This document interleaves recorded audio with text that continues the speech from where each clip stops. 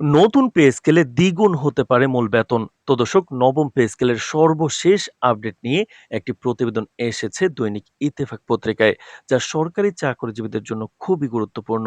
না টেনে সম্পূর্ণ দেখুন। শুরুতেই চ্যানেলটি সাবস্ক্রাইব করে রাখুন, পরবর্তীতে নবম পে স্কেলের সকল আপডেট সবার আগে পেতে। তো দর্শক, সরকারি ও স্বায়ত্তশাসিত কর্মকর্তা কর্মচারীদের নতুন বেতন কাঠামো নির্ধারণের জন্য ১ দশক পর জাতীয় বেতন কমিশন কাজ করছে। ইতিমধ্যে কিন্তু সুপারিশ তৈরি হয়ে গেছে।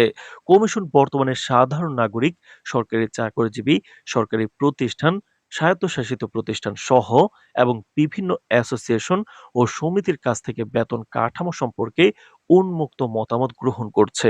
মতামত গ্রহণের শেষ তারিখ নির্ধারণ করা হয়েছে ১৫ অক্টোবর। এরপরে কমিশন বিভিন্ন স্টেক হোল্ডারদের সঙ্গে মত বিনিময় করবে। নতুন কমিশনের এক সদস্য নাম প্রকাশ না করার শর্তে গণমাধ্যমকে জানান, ১০ বছর পর কমিশন গঠিত হয়েছে। এই সময়কালে মূল্যস্ফীতি অনেক বেড়েছে, তাই সংশ্লিষ্টদের চাহিদাও বেড়েছে। নতুন সুপারিশ প্রণয়নে মূল্যস্ফীতি বিবেচনায় নেওয়া হবে, যাতে মানুষ খুশি হন। বর্তমান প্রথম থেকে ২০তম গ্রেড ভেঙে পুনর্বিন্যাস করার সম্ভাবনা রয়েছে।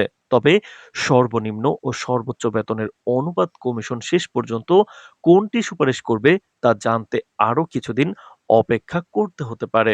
যেমন, কমিশনের সদস্যরা ইঙ্গিত দিয়েছেন যে নতুন বেতন স্কেলে মূল বেতন দ্বিগুণ হতে পারে। এর ফলে প্রথম গ্রেডের সর্বোচ্চ বেতন হতে পারে ১,৫৬,০০০ টাকা এবং ২০তম গ্রেডের সর্বনিম্ন বেতন ১৬,৫০০ টাকা। নতুন নিয়োগপ্রাপ্ত বিসিএস কর্মকর্তাদের বেতন শুরু হবে ৪৪,০০০ টাকা থেকে, যা বর্তমানে ২২,০০০ টাকা রয়েছে।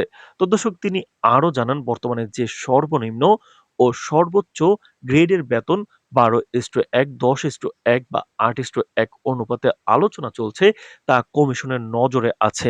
এজন্য ২০টি গ্রেড ভেঙে গ্রেড সংখ্যা কমিয়ে বেতনের অনুপাত সামঞ্জস্য করার চিন্তাভাবনা করা হচ্ছে। তো দর্শক, ভিডিওটির এই মুহূর্ত পর্যন্ত যারা দেখছেন, চ্যানেলটি সাবস্ক্রাইব করে রাখুন।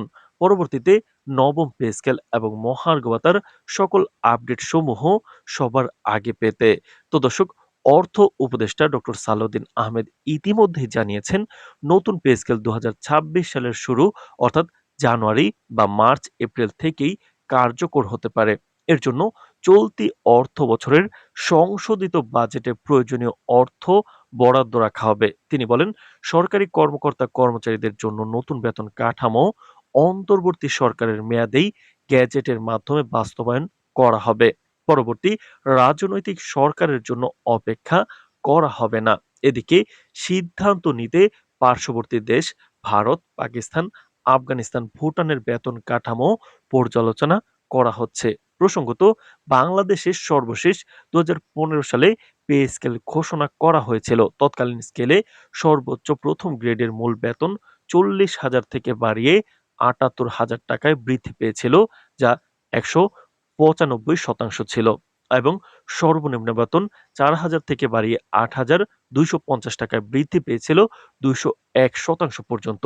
দর্শক, নবম জাতীয় বেতন স্কেলে কিন্তু এবার আরো বেশি বেতন বাড়ানো হবে, কারণ ১০ বছর যাবৎ কোনো পে স্কেল দিচ্ছিল না সরকার, এবং আওয়ামী লীগ সরকার সরকারি চাকরিজীবীদের বিভিন্ন সময় বিভিন্ন প্রণোদনা দিলেও কিন্তু নবম জাতীয় বেতন স্কেল নিয়ে কোনো উদ্যোগ তাদের মধ্যে দেখা যায়নি।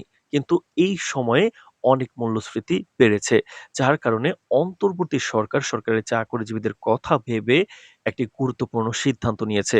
তারা প্রণোদনা দিচ্ছে, পাশাপাশি নবম পে স্কেলের কাজেও হাত দিয়েছে, এবং নতুন রাজনৈতিক সরকার আসার আগেই নবম পে স্কেলের সর্বশেষ কার্যক্রম তারা শেষ করে যেতে চায়। আমরা জানতে পেরেছি, সামনের সপ্তাহে বা এই সপ্তাহের মধ্যে বৃহস্পতিবারের আগে কোনো একটা সময়ে নবম পে স্কেল নিয়ে নবম পে কমিশনের সাথে প্রধান উপদেষ্টার একটি বৈঠক যমুনায় ডাকা হবে। যেই বৈঠকে নবম পে স্কেলের চূড়ান্ত খসড়া জমা দেওয়া হবে, এবং সেখানে কথা রয়েছে কিছু গুরুত্বপূর্ণ আপডেট আসার। সেই আপডেটগুলো জানাবো। সুতরাং চ্যানেলটি সাবস্ক্রাইব করে রাখুন। আজ এ পর্যন্তই। ধন্যবাদ।